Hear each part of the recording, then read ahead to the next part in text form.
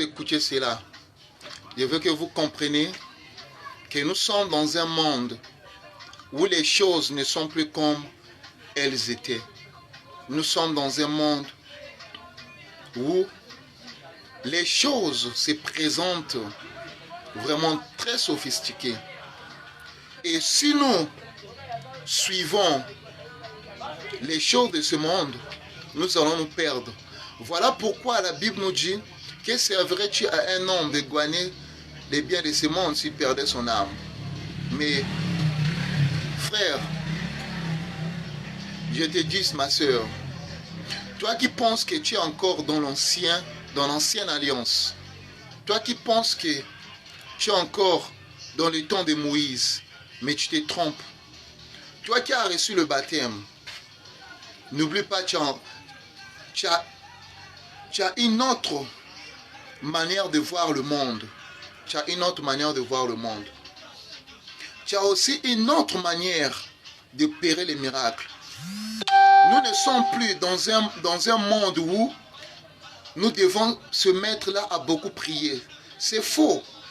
Pour guérir les malades, on n'a plus besoin de beaucoup prier. On n'a plus besoin de beaucoup crier. Parce que le temps de prier a révolu, frère. Toi, ma sœur, tu m'écoutes. Le temps de beaucoup prier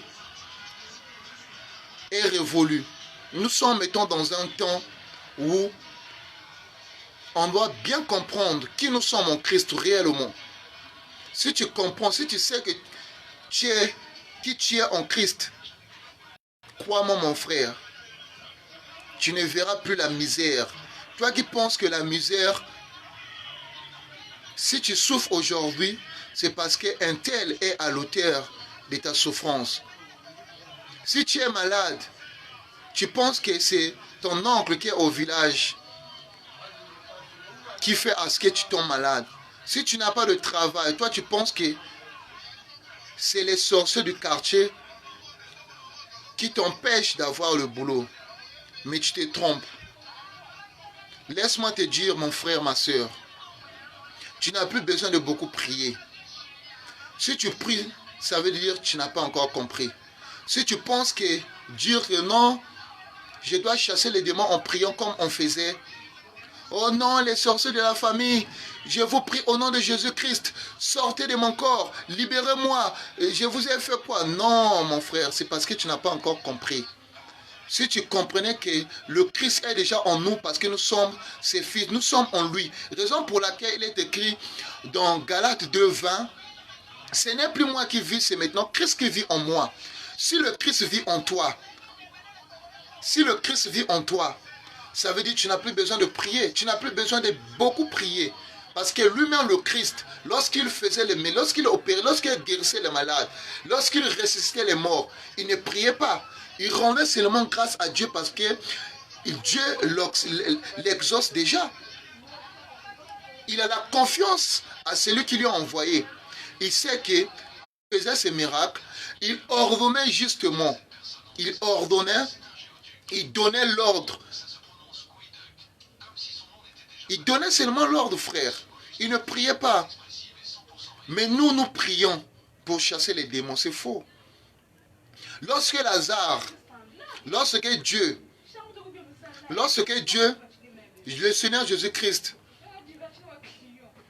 a ressuscité Lazare, dites-moi, frère, dites-moi, ma soeur, est-ce que Jésus a prié? Dites-moi, est-ce que Jésus a prié? Non, c'est faux, il n'a pas prié. Il a ordonné à l'esprit de mort. Il a ordonné à l'esprit de mort qui tenait Lazare. Il a juste ordonné à l'esprit de laisser Lazare. Voilà pourquoi il a dit, Lazare sort. Lazare sort.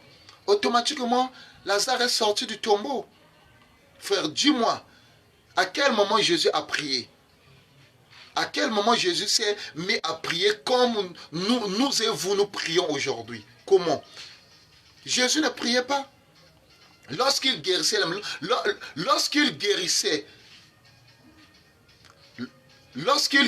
ceux qui avaient des problèmes de vision, ceux qui ne voyaient pas, est-ce qu'il priait? Non, il ne priait pas. Jésus ne priait pas. Il disait seulement que, comme tu as cru, ta foi t'a guéri tout simplement. Il ne priait pas, il ordonnait seulement. Il ne priait pas. Même, en fait, la personne dont Jésus a fait sortir l'esprit de lui, de la personne et l'a jeté dans les cochons, Jésus n'avait pas prié. Il avait juste ordonné à l'esprit qui animait la personne. Jésus ordonnait seulement à l'esprit qui animait la personne là. Il avait dit, l'esprit sort de la personne. Il ordonnait seulement. Et l'esprit, parce que la Bible nous dit, tout genou fléchit devant son trône. Tout genou fléchit devant le roi des rois. Mettons toi, frère, Jésus est en toi. Jésus habite en toi. Mais pourquoi veux-tu prier pour chasser les démons? Dis-moi, frère. Dis-moi, je vous écoute. Écrivez-moi en commentaire et dites-moi que ce que je dis c'est faux. Dites-moi que ce que je dis c'est faux. Est-ce que Jésus priait pour chasser les malades? Jésus ne priait pas. Lorsque Jésus a multiplié les pains et les poissons, est-ce que Jésus avait prié? Dites-moi. Jésus n'avait pas prié. Il avait juste appelé le Père. Et la multiplication a eu lieu. Il n'avait pas prié. Jamais. Jésus n'a jamais prié pour guérir quelqu'un. Ni pour opérer les miracles. C'est impossible. Jésus ne priait pas. Mettons toi qui es né de lui. Pourquoi veux-tu prier pour soigner ton père qui est malade? Pourquoi veux-tu prier pour soigner ton frère qui est malade? Pourquoi veux-tu prier pour avoir le boulot? Non. Tu n'as pas besoin de prier, frère. C'est l'ancien temps, c'est l'ancienne alliance. Là, on avait besoin de prier parce qu'on n'avait pas Christ, parce qu'on avait juste la gloire, en fait, l'esprit. Juste la grâce de Dieu. Mais une fois le Fils de l'homme est venu sur terre, nous l'avons reçu. Nous l'avons reçu. Et toi qui as reçu le Fils de l'homme, tu as reçu le Fils de l'homme. Tu t'es fait baptiser pour que le Fils de l'homme vienne en toi, dans ta vie. Mais pourquoi veux-tu prier? Jésus est déjà en toi. Ça veut dire le miracle est déjà en toi. Toi, tu me diras que il faut beaucoup prier. Où est-ce qu'il est écrit dans la Bible qu'il faut beaucoup prier? Sinon, le Christ allait nous dire, je vous enverrai les dons de prière.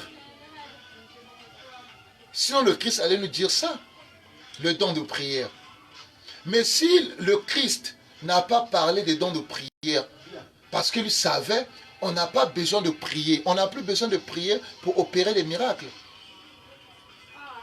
Dites-moi le contraire, même au commentaire. Si ce que j'ai dit, c'est faux. Dites-moi au commentaire que tout ce que j'ai dit, c'est faux. Écrivez-moi. Écrivez-moi pour que je sache que ce que j'ai dit, que c'est faux. On n'a plus besoin de faire des miracles en priant, frère. Faux. C'est faux. C'est parce qu'on n'a pas la connaissance. On n'a pas la connaissance de ce que nous sommes en lui, en Christ. On a plus. Mais toi qui es né de lui, tu t'es fait baptiser pourquoi?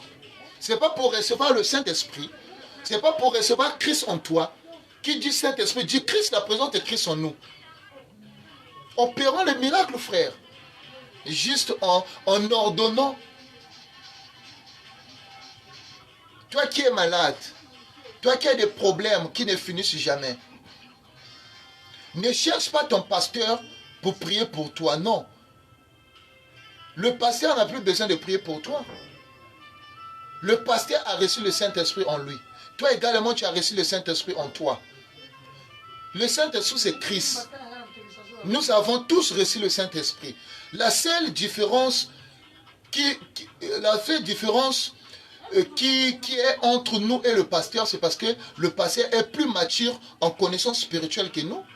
Mais en miracle, en recevant Christ, nous tous, nous avons reçu le Christ. Mais pourquoi veux-tu seulement consulter ton pasteur pour prier pour toi? Bon, le pasteur va prier pour toi. Toi, tu penses que si le pasteur prie pour toi, que tu seras guéri. Ton pasteur aussi n'a pas encore rien compris. Ton pasteur n'a encore rien compris. Dites-moi dans quel verset, on écrit que Jésus a fait des miracles en priant. Dites-moi dans quel verset que Jésus a fait des miracles en priant. Dis-moi dans quel verset. Dites-moi dans quel verset Jésus a opéré les miracles en priant. Dites-moi dans quel verset. Et là, on a dit que Jésus faisait des miracles en priant. Non. Jésus ne faisait pas des miracles en priant. C'est impossible. C'est faux.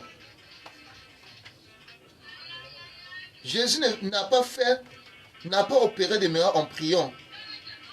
C'est faux. Toi qui penses que ton problème, le problème que tu as, c'est ton père qui fait ça. Toi qui penses que, parce que tu ne réussis pas, tu tentes, mais tu ne réussis pas. Tu as fait 3 fois l'examen. Tu ne réussis pas.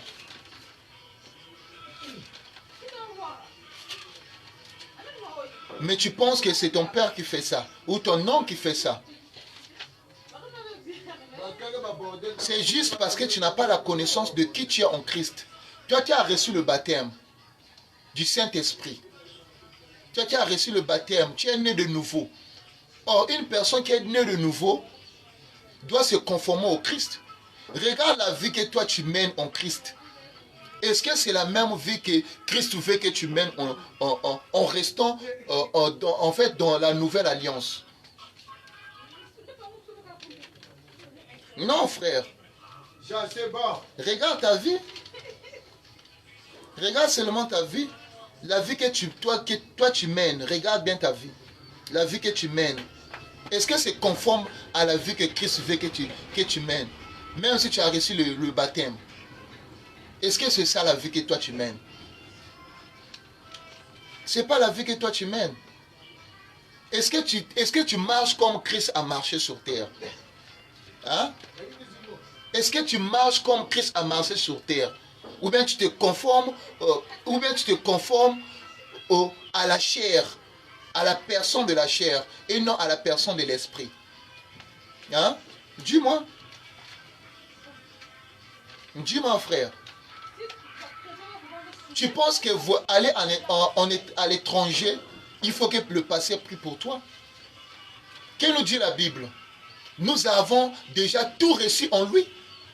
Nous avons déjà tout reçu en lui.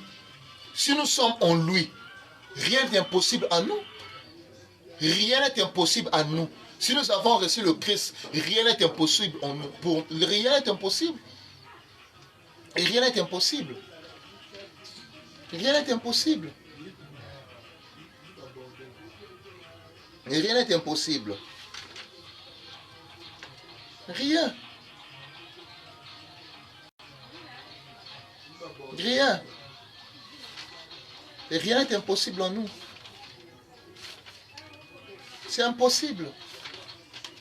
Si vous ne regardez pas votre vie, frère, ma soeur, dites-moi, vous allez, écoutez-moi, vous allez beaucoup échouer en priant. Vous allez remplir les églises. Alors que le Christ, ce n'est pas le bâtiment. Alors que le Christ, ce n'est pas l'église. Ce n'est pas l'église, frère. Toi qui cours après les églises qui ont beaucoup de gens. Toi qui cours après ces églises-là. Hein? Pourquoi tu cours après les églises qui ont beaucoup de gens? Parce que votre pasteur est célèbre. Est-ce que votre pasteur va vous emmener au ciel? Est-ce que votre pasteur va vous donner le salut? Parfois même votre pasteur qui vous enseigne n'a même pas reçu le Christ.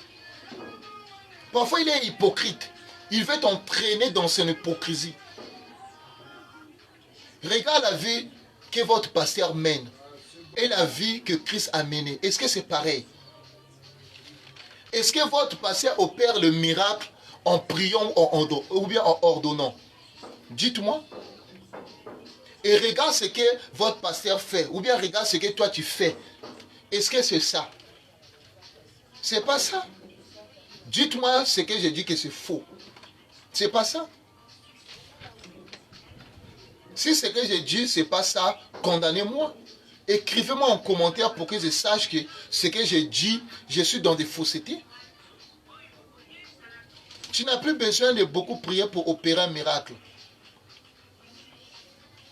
Tu n'as pas besoin de chercher un pasteur ou bien un devin pour dire ce que tu dois faire pour avancer dans la vie. Mais tu as besoin de voir en toi, est-ce que réellement j'avais reçu le Christ? Tu me dis que tu avais reçu le Christ. Mais pourquoi tu ne causes pas ta soeur? Pourquoi tu ne causes plus ton frère? Hein? Pourquoi tu insultes? Pourquoi tu calomnies? Dis-moi, pourquoi tu insultes? Pourquoi tu es encore dans le mensonge? Pourquoi tu es encore dans le vol? Est-ce que Christ a volé? Non. Est-ce que Christ a insulté? Non. Pourquoi tu disputes avec les autres? Pourquoi tu haïs ton frère? Quelle nous dit la Bible? Aimons-nous les uns les autres. Aimons-nous les uns les autres. Pourquoi tu haïs ton frère et tu dis que tu vis la vie de Christ? Non, c'est faux. Tu ne vis pas la vie de Christ. C'est faux. Tu ne vis pas la vie de Christ. C'est faux, mon frère. C'est faux, ma soeur. Tu es chrétien dans l'église. Mais dehors, tu n'es pas chrétien.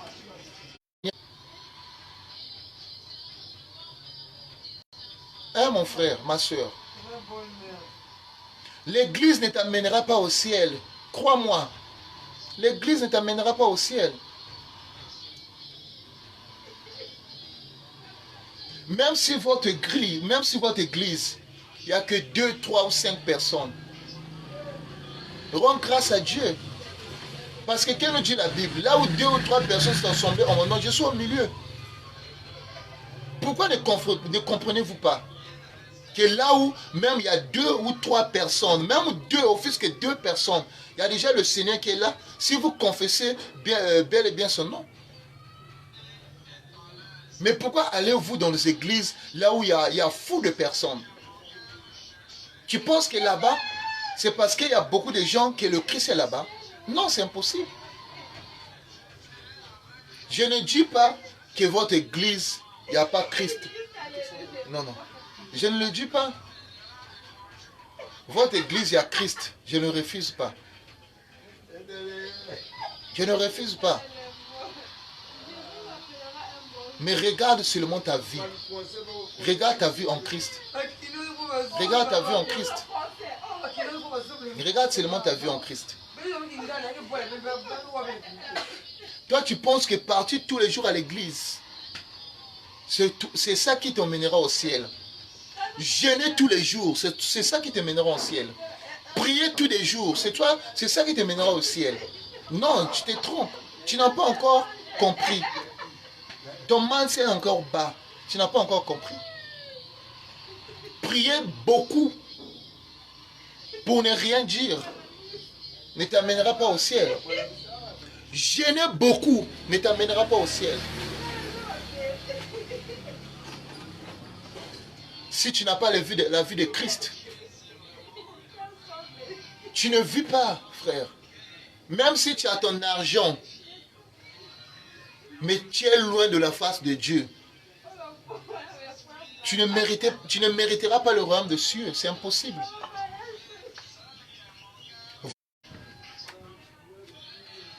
Nous vivons pour lui et nous mourrons pour lui. Si le Christ est en nous, Pourquoi penses-tu que le Christ... Pourquoi pensez-vous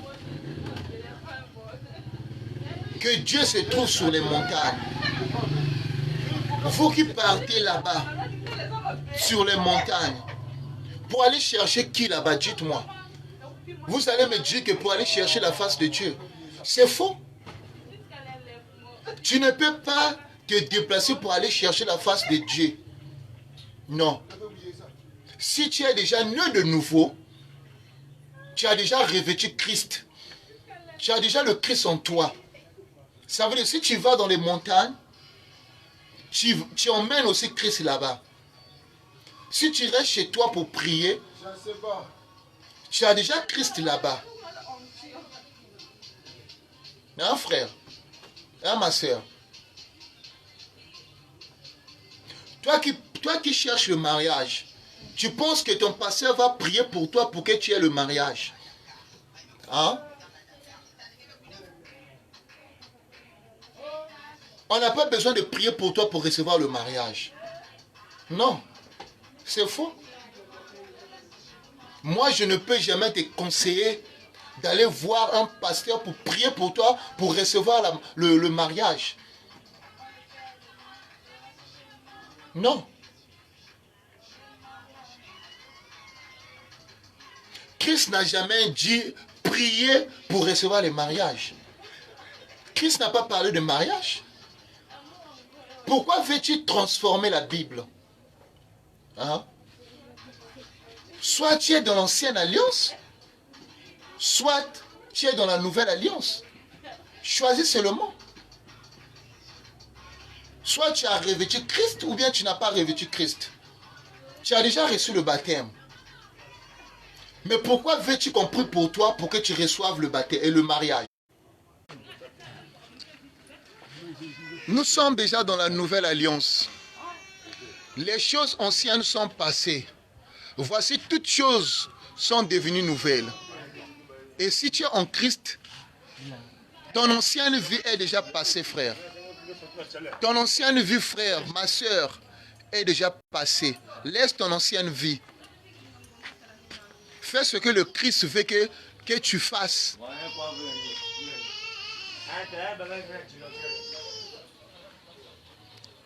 Ne nous perdons pas. Ne nous perdons pas, s'il vous plaît. Le Seigneur a besoin de nous. Vraiment, je vous en prie. Le Seigneur a besoin de nous.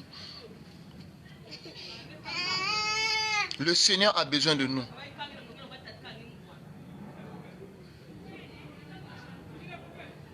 Pourquoi nous voulons impacter les hommes et non impacter Dieu? Pourquoi nous voulons impacter le monde et non impacter Dieu?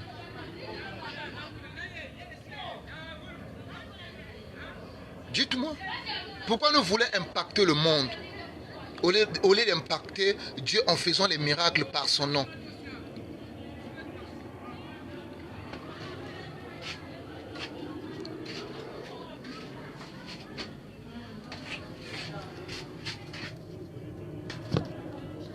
Pourquoi nous voulons impacter le monde au lieu de faire ce que le Père, ce que Christ veut pour nous?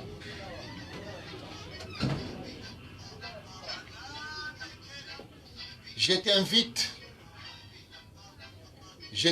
vraiment. Je t'invite. Toi qui n'as pas encore reçu Christ dans ta vie, malgré ton baptême, le baptême ne veut rien dire. Même si tu as le baptême, tu peux être loin de la face de Dieu. Ce n'est pas le baptême qui garantit que tu es en Christ. C'est faux. Tu dois vivre la vie du Christ. Tu dois vivre la vie du Christ. Christ n'a pas insulté. Jamais Christ n'a pas insulté. Christ n'a pas... Merci mes amis. Zega. Merci mes frères et sœurs en Christ. Je suis votre frère. Nous devons savoir que sans la vie de Christ, nous sommes rien. Sans la vie de Christ, nous sommes rien. Nous ne devons pas vivre pour nous-mêmes, mais nous devons vivre pour lui. Vraiment, frères et sœurs, regardons d'abord notre vie. Est-ce que nous nous conformons réellement à la vie du Christ? Merci, je vous remercie. Que le Seigneur, le Tout-Puissant, soit avec vous, qu'il vous bénisse, que vous soyez de près ou de loin, que vous soyez au Congo-Brazzaville, en France, aux États-Unis, partout dans le monde, en Afrique. Vraiment, laisse que le Seigneur Jésus-Christ vous touche. Toi qui veux recevoir le Christ dans ta vie, toi qui veux recevoir Christ dans ta vie, conforme-toi d'abord à lui et tu verras sa puissance croître en toi. Merci. Je vous remercie.